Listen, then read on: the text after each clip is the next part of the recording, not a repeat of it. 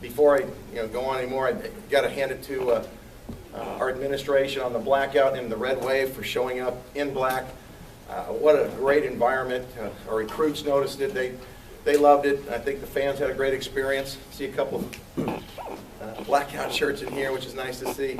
It just really created a great energy in the stadium and a great buzz for our program. I think we started off pretty well on offense, gave up a quick score defensively, and then really did a pretty good job slowing down an explosive offense from Nevada.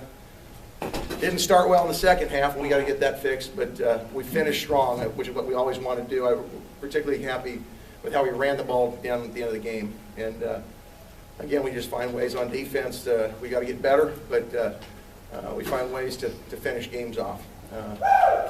For those who are wondering, we did work on kickoff cover this week. I think that showed a little bit. So with that, any questions? Yeah, I just noticed that one of the things, everything's a work in progress all season long, but the kickoffs, the balls were closer to the end zone, and I think it made a difference. That was a big difference. We did change some personnel on there. I thought the guys that were on there were really inspired. Colin did a much better job getting hang time as well as distance. And when you do that, you give yourself a chance. And I don't know what their average starting field position was, but I think it was probably inside the 25 for most of the kickoffs. So yeah. Really happy with their effort. When they're making a concerted effort to try to take Devontae out of the game, that opened things up for the other Did they? Did they? Well, they play a lot of Tampa coverage, cover two, so they're going to roll a guy to chuck him and a guy over the top. And so I don't know that they did that for Devontae, but that's what they do. So you got to attack different ways. I thought our offensive staff did a great job. I think we threw for 487 yards, so I think we figured out some place to make it in there, and was really happy with the way that Hart played. I mean, he made some big-time catches and big-time runs after catch, which was nice to see. Can you talk about your guys' performance on fourth down? With that last one, was it you guys going for the field goal instead of, Well, we're going to go for it on fourth down because I got a lot of confidence in our offense. Sometimes it's based on field position. If we get between the 30 and 40, like we did early when we threw the swing pass to Isaiah, we'll go for it on, third and 4 or 5. It just depends. Other times we'll go for it on 4th and 1 because I have confidence in our offense.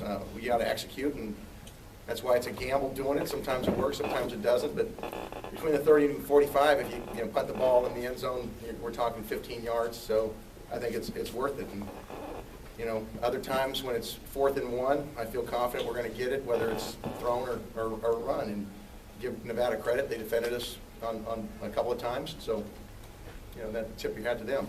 At the end of the game, it's a different situation. When you're up by 1 score, and it's 4th and I don't even remember what was it, 4th and 8? It doesn't make any sense to go for it there. You take the points and you put it up 2 scores. Tim, you talked about the running game, and Josh and Martez were able to not only kind of get first down runs, but break them, and it was nice to see that, 19 and 18 long ones in a row, which was up pretty high. What impressed you today with what they were able to do? Well, we struggled a little bit early, but as the game wore on, I thought our offensive line did a really good job of leaning on Nevada's defensive line and getting some movement. And when they did, both those guys ran explosively through the hole, which is what we want them to do. And I think we got a great 1-2 punch in both those guys. We got to catch the ball better. We had a couple plays that we didn't make. We should have, and we'll get that fixed. But I thought both those guys ran really, really hard. And, knock on wood, we haven't had a turnover from either of those guys. I think Juice had the one and hasn't had one since, and they're doing a good job of stripping the ball. Coach, can you talk a little bit about next week's game going to Wyoming? What's that going to be like? It's going to be great. Another league game. You go on the road. It's always tough. I've been to Laramie, and the highest elevation out there. Unfortunately, we'll be playing outdoors, not indoors, but because indoors, the elevation doesn't affect you as much. But it's going to be cold.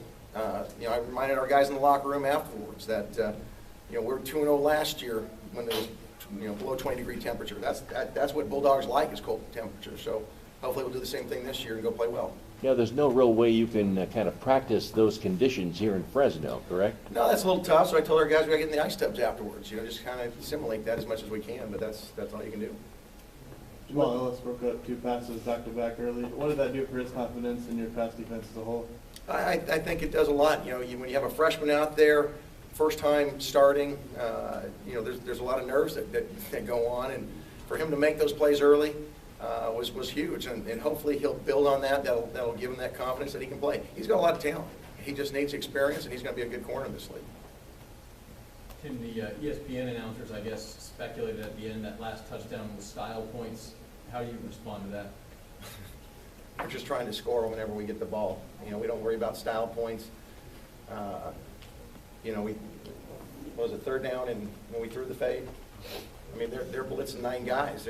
We can either throw the ball or we can go fourth down. So we're going to throw the ball, and we tried to run it, and we ran it a couple of times. And then when they decided to pinch all the gaps and blitz, you can either knock your head against the wall or you can throw it. And that's their, choice to do that, and so it's our choice to throw the ball.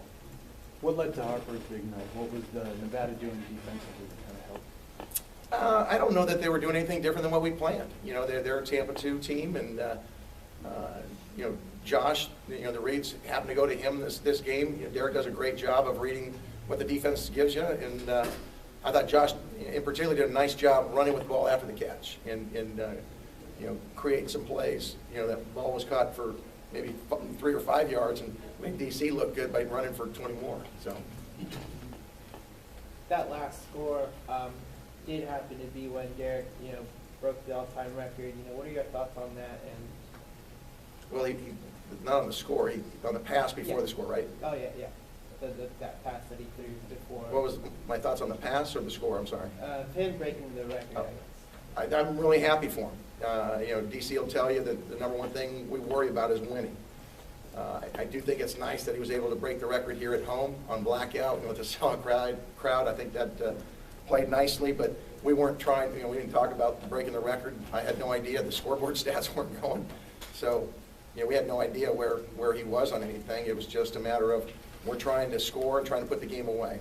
And that's all it was. But really happy for him.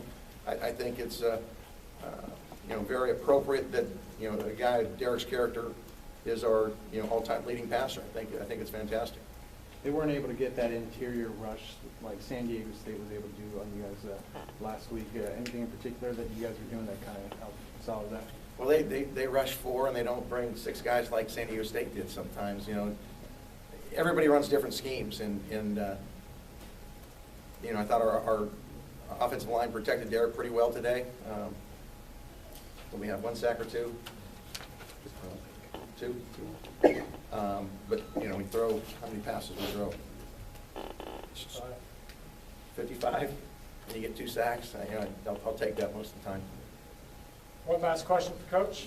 Coach, defensively, you get a pick from run, and then you have a lot of pass deflects, but you still give up that kind of big play, and it happens maybe seemingly once every game again with Kendall Brock in the beginning. Is it something scheme-wise that's just happening that Fajardo did, or just, can you put your finger on giving up that kind of big play? On the run for touchdown?